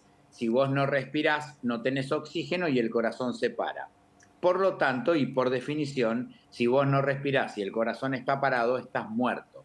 Quiere decir que Fernando, cuando ya le hicieron la RCP, estaba muerto, cosa que se contradice con lo que dice el forense, que no había muerto en el lugar. La otra cosa importante es tener en cuenta que cuando uno hace reanimación cardiopulmonar, lo que hace es comprimir al corazón para que funcione como una bomba, para tratar de perfundir y mantener con circulación a los órganos vitales, para que pueda llegar, no con vida, pero sí con posibilidades de chance de que se arregle algo en el hospital. Eso no sucedió con Fernando y lamentablemente murió en el lugar. Entonces, es muy importante tratar de decirle a la gente que la ley 27.159 en el artículo 11 exime de toda responsabilidad civil y administrativa a todo aquel que quiera colaborar y ayudar ante un paro cardíaco extrahospitalario. Bueno, esto es muy importante, doctor, que lo aclare, porque bueno, mucha gente se ha entrenado en esto, es una maniobra que los médicos la explican y que la gente solidariamente la practica. Entonces, bueno, para que no inhibir gente que quiera ayudar realmente. Existe una ley que los protege, es importante destacarlo. Me parece tan importante lo que estás diciendo, que el resultado lo vamos a tener cuando todos vean que Natalia y el policía no han sido procesados y en realidad ni procesados ni condenados. Van a salir aplaudidos por haber colaborado con esta maniobra. Y como estamos viendo en esa charla TED del Teatro Colón, lo que hay que hacer es involucrarse. ¿Por qué? Porque si nosotros logramos hacer RCP y utilizar un desfibrilador dentro de los primeros 3 minutos, le damos a la víctima un 70% de chances de llegar con vida al hospital. ¿Nos puede explicar, doctor, qué es un desfibrilador? Porque se lo ve además en muchos lugares y mucha gente tal vez no sabe qué es, para qué sirve y cómo se combina con las maniobras de reanimación cardiopulmonar. Sí, mira, la enfermedad cardiovascular es la primer causa de muerte en la Argentina, tanto en varones como en mujeres. O sea que los argentinos nos morimos como primer motivo por enfermedad cardiovascular, mujeres o varones. De esas muertes, la mitad ocurren súbitamente. ¿Qué quiere decir súbitamente? Algo que vos no esperás en personas que están aparentemente sanas y que están haciendo las cosas de todos los días y en ausencia de una causa externa que la pueda justificar, que no es lo que le pasó a Fernando, porque a Fernando hay una causa externa que la justifica, que es la cantidad de patadas que le pegaron en el cráneo y que generaron una hemorragia. Ahora, esos desfibriladores, de esas muertes súbitas, que son la mitad de la primer causa de muerte en la Argentina, en el 90% de los casos ocurren porque el corazón deja de latir normalmente y empieza a temblar. Al corazón temblar, pierde la capacidad de contraerse y la única posibilidad que vos tenés es de que una energía superior a la que lo hace temblar, lo deje hacer de temblar, lo resetee y el corazón vuelve a arrancar. A es eso un se reseteo. lo llama Claro, a eso se lo llama desfibrilador. Le podríamos haber puesto destemblador, porque en realidad es un temblor cardíaco. En vez de destemblador cardíaco le pusimos desfibrilador porque a los médicos nos gusta poner palabras difíciles para que la gente no lo y todo el tiempo nos preguntamos, y se lo hacemos ahora a usted también, ¿por qué los peritos, si bien son de parte y pueden tener algún interés, declararon tal vez en contra de lo que se espera de un médico, ¿no? Que es la verdad, en este caso, el juramento hipocrático y todo lo que significa alguien que está en general sacralizado por la sociedad, ¿no? ¿Por qué hablaron en contra de quienes intentaron salvar a Fernando? Para saber el por qué debería de ser mago y simplemente soy cardiólogo. Lo que sí puedo decirte es que el corazón está en el centro del tórax e inclinado a la derecha y el hígado está abajo y a la... el corazón está en el centro del tórax e inclinado a la izquierda. Eso y el mismo. hígado está abajo y a la derecha. Eso Lastimar mismo. el hígado haciendo compresión cardíaca es verdaderamente lo más infrecuente que yo vi. Yo no puedo acusar a ningún forense. Lo que sí puedo hacer es recomendarle que lean algunos que otros libros y que en vez de seguir atendiendo muertos, atiendan de vez en cuando a alguno vivo para ver cómo vienen con una reanimación. Doctor. Porque evidentemente de reanimación cardiopulmonar saben muy poco. Tenemos aquí a una criminalista en el piso, Florencia Dorante, que le quiere hacer una consulta, doctor. Eso mismo le quería consultar. Sí he escuchado situaciones en las cuales adultos muy mayores con fragilidad en los huesos se puede haber generado algún tipo de fisura en las costillas, que entiendo que este no es el caso, por lo menos los patólogos no lo describieron así, pero quiero por favor desde toda su experiencia en esta área dejar en claro, o sea, es imposible que los golpes, o sea, las infiltraciones que había en pulmones y las lesiones en hígado se hagan por un masaje cardíaco. Es brillante tu pregunta y me das una oportunidad excelente para que la gente pierda el miedo. La primera cosa, es preferible costillas rotas con gente viva en un hospital y no costillas sanas con gente muerta en un cementerio. Esto tiene que ser claro. La segunda cosa, no hay peor para un ser humano. ¿Qué es lo peor? Estar muerto. ¿Se puede empeorar la muerte? No, porque ya está muerto. O sea que no hay peor cosa que estar muerto. No podés empeorar esa situación. Ahora, cuando vos fracturás una costilla, no rompes nada. Llegás al hospital con la costilla fracturada y te la arreglamos. No es que vos rompes una costilla y es un desastre y generás un shock y rompes un hígado. Fernando no tenía ninguna costilla rota. El hígado está abajo a la derecha y las costillas flotantes no estaban rotas. Dicho por el forense que analizó el cuerpo. Entonces es difícil romper un hígado sin antes romper una costilla. Lo tengo que interrumpir un segundito por una información urgente de lo que está pasando ahora en Perú. La presidenta Dina Boluarte está hablando en este momento. Caos en el país hermano. Escuchamos. El tema de cuidar a los alpacos, la zona ganadera, más puentes, más carreteras, que nuestros niños empiecen en marzo con internet. A los que están marchando diariamente, ¿quién los financia? Porque no están trabajando y qué dinero están llevando a sus hogares. ¿Por qué están abandonando sus familias para salir a la calle a protestar? Y en sus protestas no hay ninguna agenda social que el país necesita.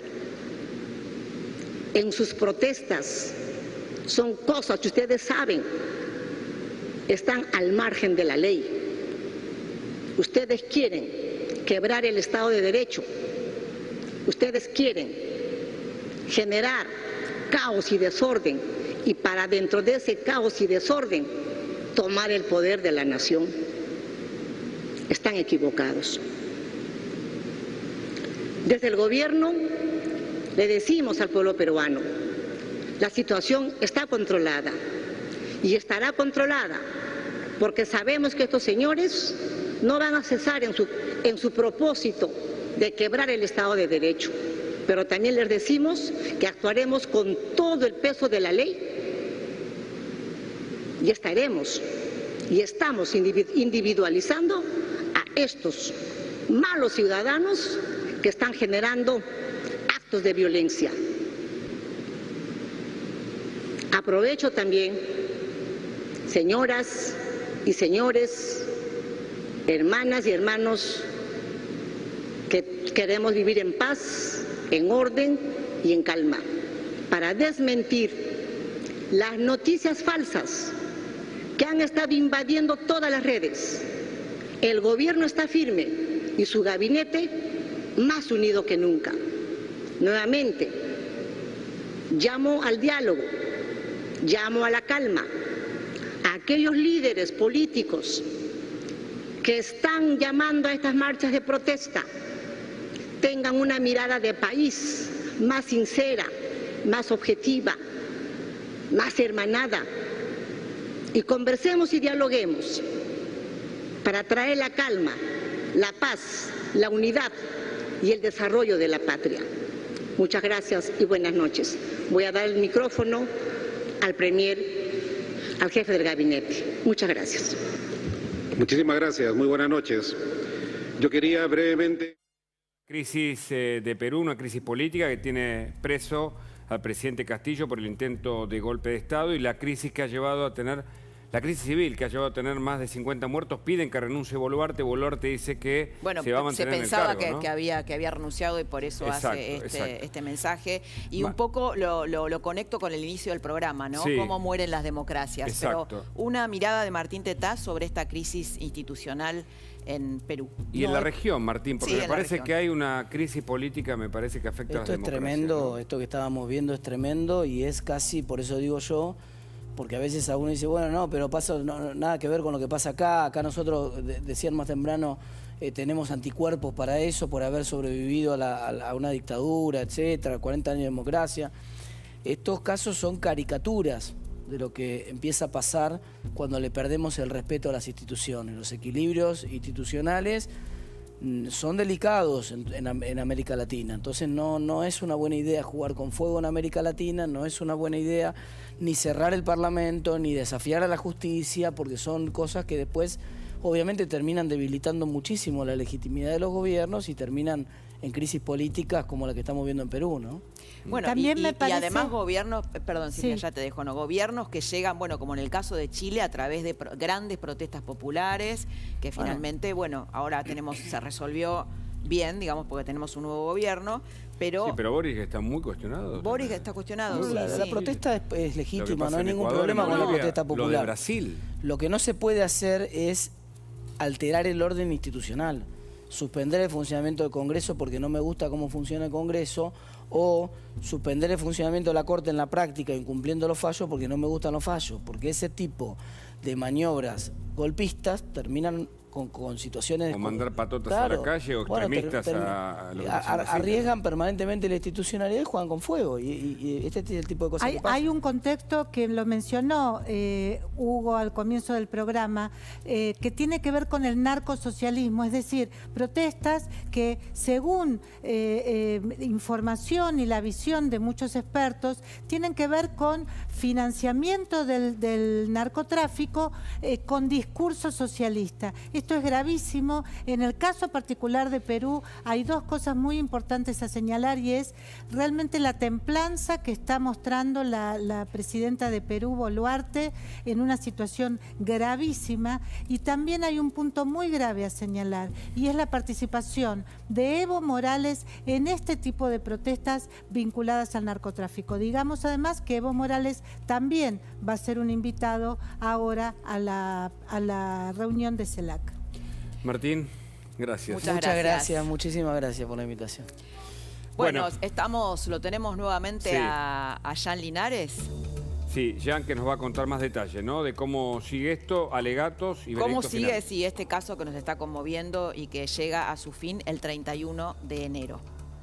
Bien, efectivamente, sí, Hugo. Laura, porque lo más importante que tiene este caso ahora y que vamos a ir repasando es lo que dejó. Y vamos a seguir, obviamente, hablando con el doctor porque tenemos otra serie de consultas acerca de esta polémica que se dio por la maniobra del RCP, pero en instantes vamos a continuar con esa consulta que le queremos hacer. Ahora vamos a repasar lo que quedaba, lo que decían ustedes, ¿no? ¿Qué es lo que queda de este juicio? Llegamos a las 13 audiencias, hemos repasado cómo se llegó, cuáles son los imputados, todo lo que dejó en esta recta final, pero vamos a recordar a la gente cómo prosigue. 25 y 26 de enero serán los alegatos y se presume que el 31 de enero tengamos la sentencia final, en este caso en Dolores, obviamente el juicio que conmociona al país. Pero además, sobre este tema que ustedes recién estaban tratando, yo quería hacer una consulta al doctor Hugo, Laura, si me permiten, que es que en consecuencia de los dichos de este médico, este perito de parte, que dijo el masaje, si obviamente estamos hablando del RCP, según su textual, por eso se lo quiero preguntar al doctor, es: no mató a Fernando, pero la movilización del cuerpo pudo haber influido. Quiero preguntarle al doctor a qué se refiere su colega en cuanto a esta movilización. Doctor, le agradecemos que nos haya esperado. No, ahí, ¿no? Por favor. El tema es lo suficientemente importante como para que los espere los minutos que los esperé. Muchas gracias. Mira, es muy importante que la movilización no puede empeorar nada porque Fernando ya estaba muerto. Hay que entender que Fernando murió por un traumatismo de cráneo que le generó una hemorragia y un shock neurogénico, como describen los que hicieron la autopsia. Entonces, empeorar la muerte es bastante difícil. Lo que hicieron Natalia y el policía es tratar de mantener con circulación para que los órganos más nobles, hígado, riñón, cerebro y corazón, se mantengan perfundidos para que si llegaba vivo al hospital se pudiera hacer algo. Acá no hay mucha más vuelta. Cuando el perito dice que la muerte ocurrió por un traumatismo hepático, realmente es increíble, porque no hay ninguna costilla ni fracturada, porque son costillas flotantes. Por eso. Y porque... Sí, decime. No, por eso me preguntaba, doctor, y he escuchado varios especialistas. Estamos asombrados de estas declaraciones, por eso queríamos saber desde dónde surgen, ¿no? Si de la inexperiencia, cierta parcialidad, porque son muy errantes según lo que usted dice y lo que dijeron otros también. Bueno, además en un juicio. Mira, que es un yo juicio... quiero decirte... perdón, doctor, no le quería acotar esto nada más, que es un juicio a cielo abierto. Hemos visto multiplicidad de pruebas, de videos, filmados desde distintos ángulos. Bueno, es difícil, ¿no?, escuchar a peritos diciendo que Fernando murió por otra cosa que no sea por la brutalidad de lo que recibió. Mira, yo quiero ser claro y contundente porque no lo digo como médico, lo digo como médico y como especialista en cardiología. Y además de ser especialista en cardiología, soy especialista en arritmias y en este tipo de problemas. Entonces creo que mi palabra tiene un poco más de valor que la palabra del perito, que hace rato que no ve a nadie reanimado por una RCP.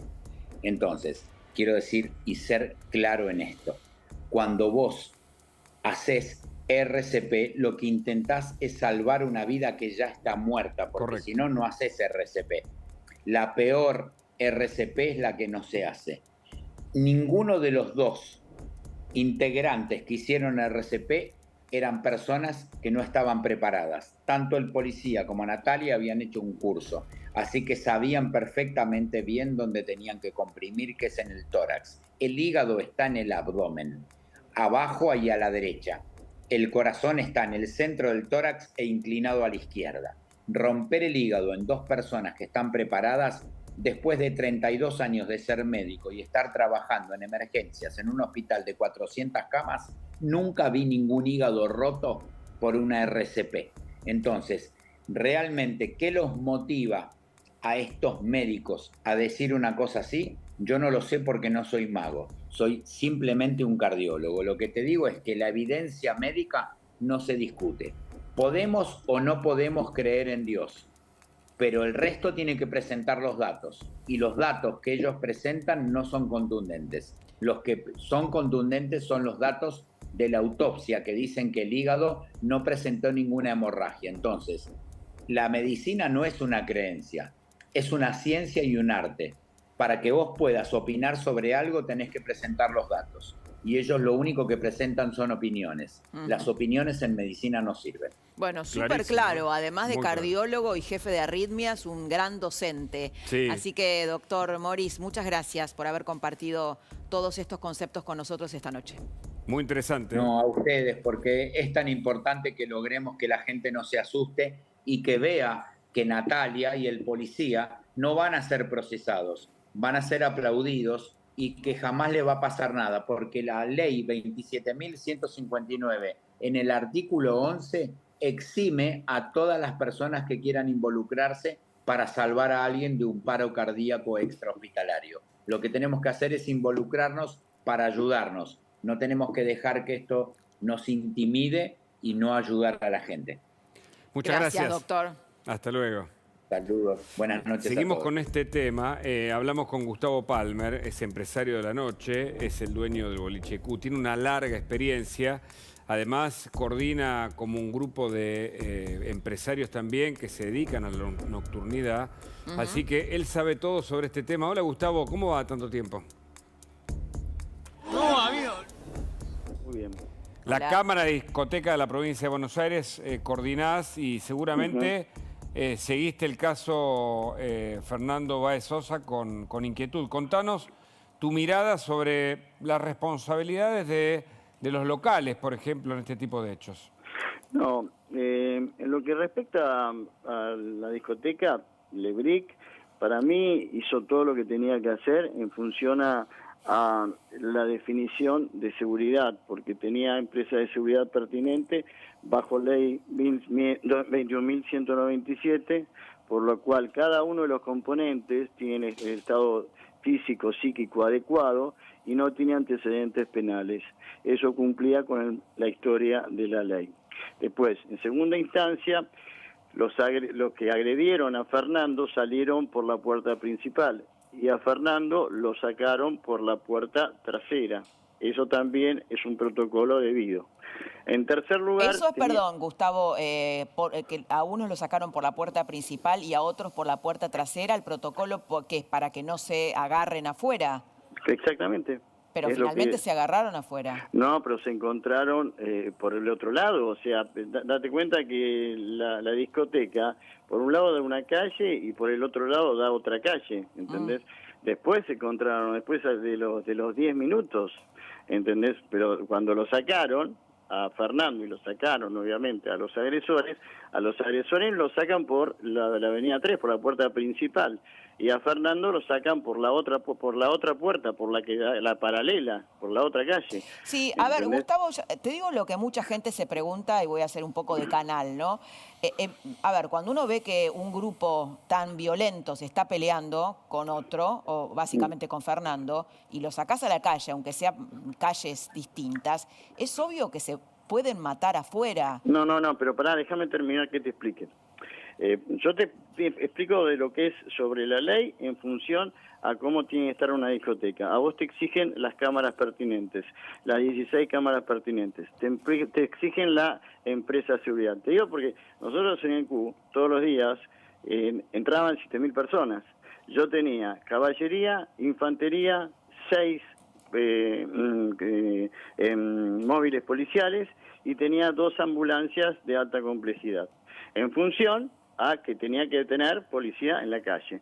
Cuando obviamente sacan la persona, los agresores, en vía pública tiene que estar la policía. La policía estaba, pero no estaba a metros, ¿entendés? Bueno, o sea, eso es parte de un diálogo entre el municipio en que tiene que haber también la seguridad pertinente. Acá en Pinamar, yo en cada discoteca, yo estoy en Pinamar, yo tengo una discoteca que se llama Pink. En la puerta de mi discoteca tengo 10 de infantería en este momento. O sea, cuando abre la discoteca. O sea, en ese sentido, tiene que haber policías. ¿Entendés? Sí, había. Lo que pasa es que se dio una sucesión de infortunios. No, y además porque evidentemente, Gustavo, los acusados tenían la idea de ir a buscar a Fernando. Claro. Habían premeditado, de acuerdo a la investigación judicial, un plan.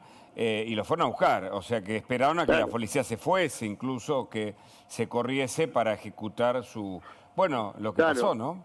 Claro, totalmente. Esto no compete a la discoteca.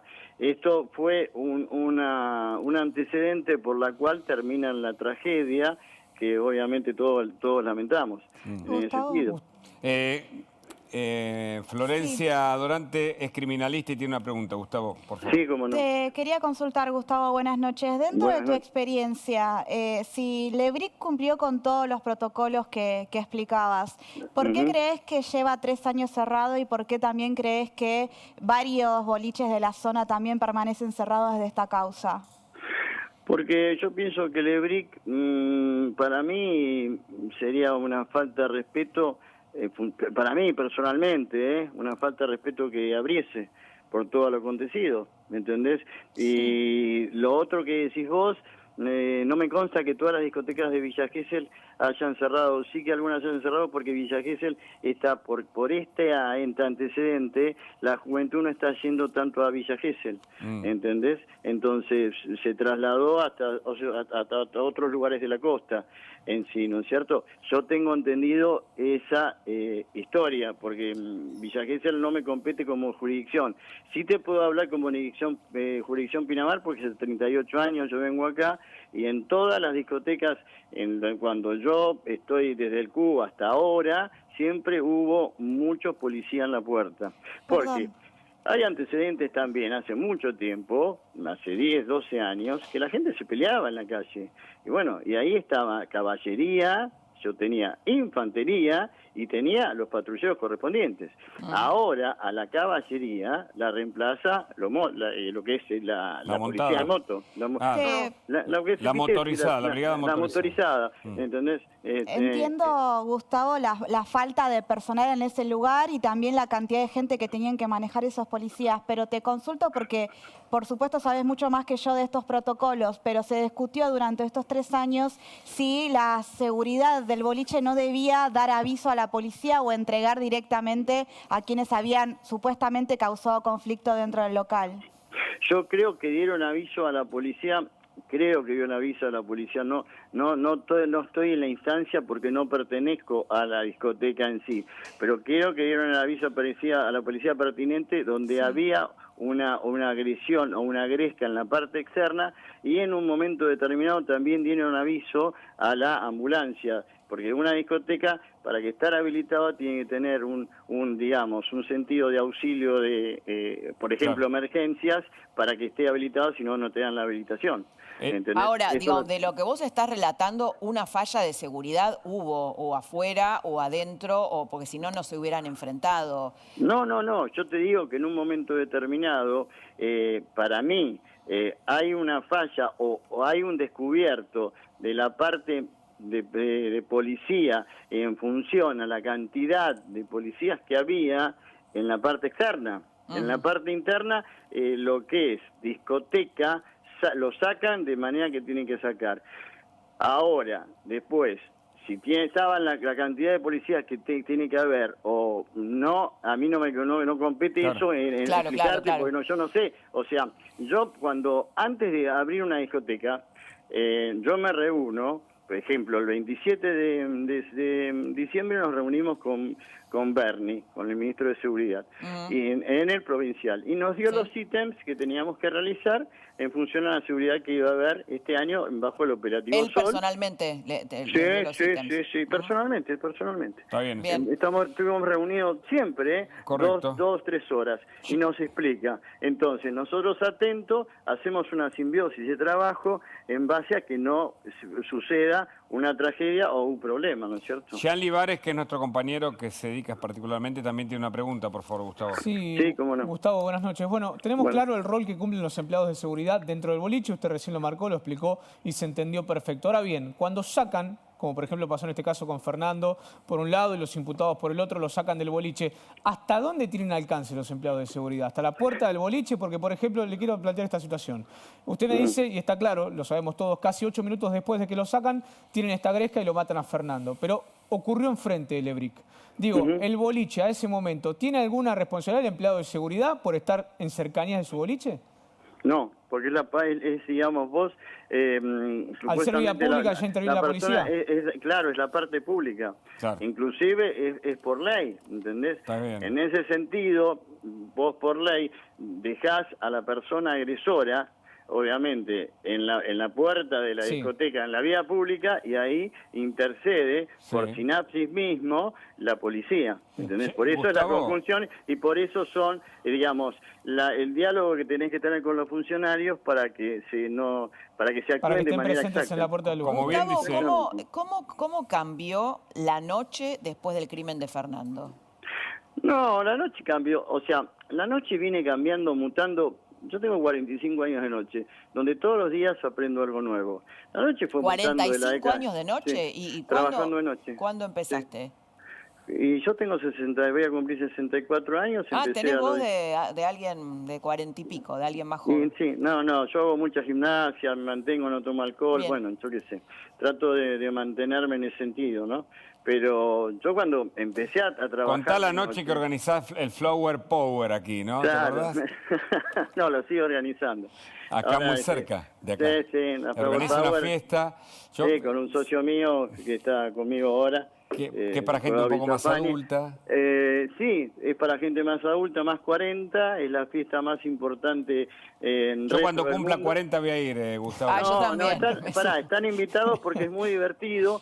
Yo lo hago a partir de las 7 de la tarde. Para los 40. No, y a las 7 de la tarde, viste, bien lo que es un after office y la gente más grande se adecúa. Porque hago de 7 de la tarde a 1:30 de la mañana, donde yo te doy cena, estás tranquila, bailás la mejor música de los 80 y los 90, y bueno. Y es un cumpleaños, ¿qué es tu cumpleaños? Es un cumpleaños ahí en Flower Power. Te cuento una anécdota.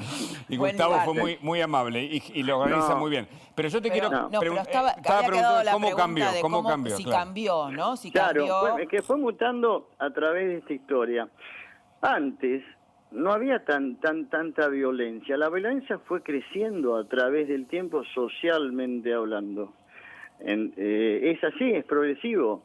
Porque yo en el 80, ejemplo, tenía una discoteca Rainbow, que yo no tenía problemas ni tenía que tener tanto seguridad. ¿Entendés? A través del tiempo se fueron hablando de discotecas y la gente se fue volcando cada vez más. Suponete, en la década del 90, cuando en la Costanera nosotros abrimos la primera discoteca costanera, que era Caix, fue la primera mega discoteca, ahí sí empezamos a tener entre 12 y 14 empleados de seguridad. Donde hicimos con Cristian Ritondo, por la cual tengo una amistad, la ley de discriminación. ¿Se acuerdan? Que había que poner una placa de cómo tenía que entrar vestido la persona. Lo implementamos con Cristian, que obviamente con un excelente trabajo que realizó, y bueno, y no hubo ningún inconveniente. Eso fue en el año 94. Impecable la radiografía de la noche, interesante, da incluso Vamos a volver a llamarte. Para otra nota, ¿no? Porque a mí me quedó, tenemos que ir a Perú, pero a mí me quedó una pregunta para que la pienses, y es, ¿qué puede mejorar? Acá falló algo en el enlace entre la seguridad y la policía. Bueno, que la responda. Bueno, ahora, respóndela, Gustavo.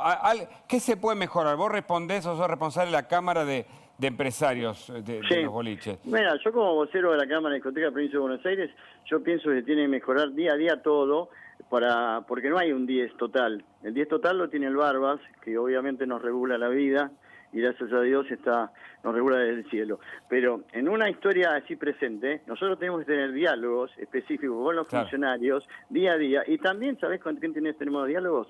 Con los padres, con la adhesión de padres. Porque también esto involucra a que los padres sepan dónde están sus hijos, y sepan dónde van tus hijos. Sí, estamos hablando de adolescentes, ¿no? Exactamente, adolescentes de 18 años, 19. ¿Y dónde van las previas? Y que no estén ebrios, porque yo también tengo que controlar, y a mí me asegura, tengo que controlar que el chico que viene a una discoteca, si está ebrio, no puedo abandonarlo, pero tampoco puedo dejarlo entrar a la discoteca. Entonces, ¿qué tengo que hacer?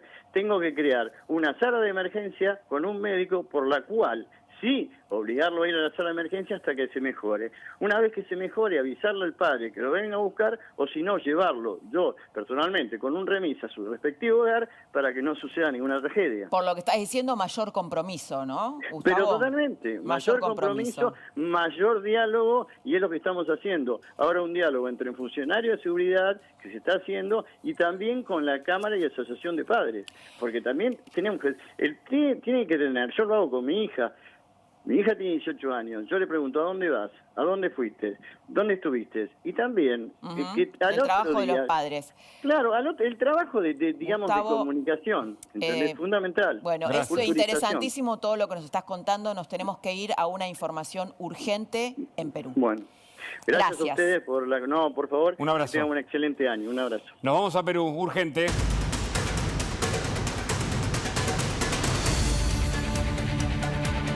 Hablamos con la periodista Luz Cuñarache desde Perú.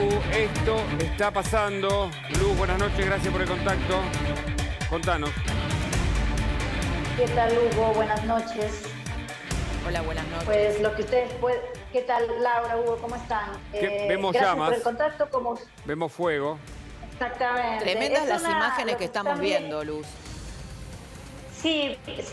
Lo que están viendo es el incendio en la parte superior de una casona del centro de Lima, que era utilizada para vivienda. Allí estaban habitando algunas personas y que ha sufrido un incendio hace exactamente 40 minutos que se produjo, 40 minutos, una hora. Yo me encontraba a unas cuadras de la zona y pudimos ver, bueno, la llegada de los bomberos y la policía tratando de dispersar, porque justamente está a metros de la Plaza San Martín, que es donde se está llevando adelante las protestas. Es una zona de concentración de protestas. Luz, recién... incendio... Sí, los escucho. No, recién vimos a la presidenta de Perú haciendo, bueno, un discurso diciendo, bueno, que no había dimitido, que estaba en el cargo. ¿Cuál es la situación exactamente en medio de esta crisis política institucional que tiene Perú, que se está viviendo ahora? Las protestas que se llevan ya llevan varios días y que a partir del día de ayer, hoy y mañana, que es el día central de la convocatoria, están pidiendo la renuncia de la presidenta Dina Boluarte, están pidiendo el cierre del Congreso y el adelanto de elecciones, Laura. Ese es el objetivo y el pedido masivo de la población, principalmente en este caso del interior del país. ¿Es de la población? De las regiones. ¿Es de la población o son grupos extremistas? A ver, Hugo, hay un grupo de la población, hay un sector de la población que sí está pidiendo llevando adelante este pedido y que además está sufriendo ya un hartazgo respecto a las reiteradas crisis políticas. No sé si ustedes estarán al tanto, pero seguro el expresidente Pedro Castillo, que intentó dar un golpe de Estado, un gobierno de casi más de un año y medio, que no daba una agenda, digamos, de gestión o de avance, y la gente, principalmente la agricultura, estaba cansada, hicieron ya marchas, estas marchas ya se han realizado durante el mandato del presidente Pedro Castillo, y lo que se pedía en esa ocasión era que se vaya Castillo, que renuncie para que asuma, en este caso, la presidenta. Hoy la vicepresidenta, que es por mandato constitucional quien está a cargo, están pidiendo que se vaya y que cierre el Congreso. Hay un sector de la población, te decía, que sí está sosteniendo este discurso, pero lo cierto es que también hay grupos extremistas que están infiltrados, de lo cual la presidenta lo ha dicho claramente hoy en su discurso, quienes están financiando estas marchas, quienes están trasladando a la población desde el interior hacia la capital, y que además serían quienes están provocando los hechos de vandalismo que se han visto a lo largo de las protestas. La quema de varias comisarías, incendio de ambulancias, ¿y los muertos? Incluso de un policía. ¿Cuántos muertos, Luz? Hoy por hoy tenemos 51 muertos, Hugo, desde que empezaron las protestas, desde que el expresidente intentó dar un golpe de Estado hasta ahora. Son 51 muertos, porque el día de hoy se confirmaron 2 fallecidos más, que si bien no es un número que se han dado dentro de la protesta, son provocados o por causa de la protesta, ¿no? En este caso era una mujer y un niño que estaban siendo trasladados a la capital para ser atendidos y que no lograron ingresar por cortes de diferentes puntos del país. Entonces, es un número, digamos, que se suma ya a la cantidad de fallecidos que venían dándose. Muchos de ellos son jóvenes y que sí murieron dentro de las protestas, y vale decirlo también, han muerto algunos con proyectiles de bombas, proyectiles de bala de goma disparados a una distancia no adecuada por la policía, por la propia policía, que provocó la muerte de algunas de estos manifestantes. Luz, muchas gracias. Por hoy, Hugo, gracias a ustedes por el contacto. Lo tenemos ya conectado a Enzo Helguera, un analista político peruano, para repasar esta gravísima situación en Perú. Enzo, buenas noches, bienvenido. Buenas noches, qué gusto. Igualmente. Vemos. Una primera mirada de lo que está sucediendo, de lo que sucede con la presidenta Dina Boluarte, de esta grave situación en donde las protestas son muy extremas. ¿Qué es lo que, si tuvieras que explicarle al público argentino qué es lo que está pasando en Perú, cómo lo resumirías?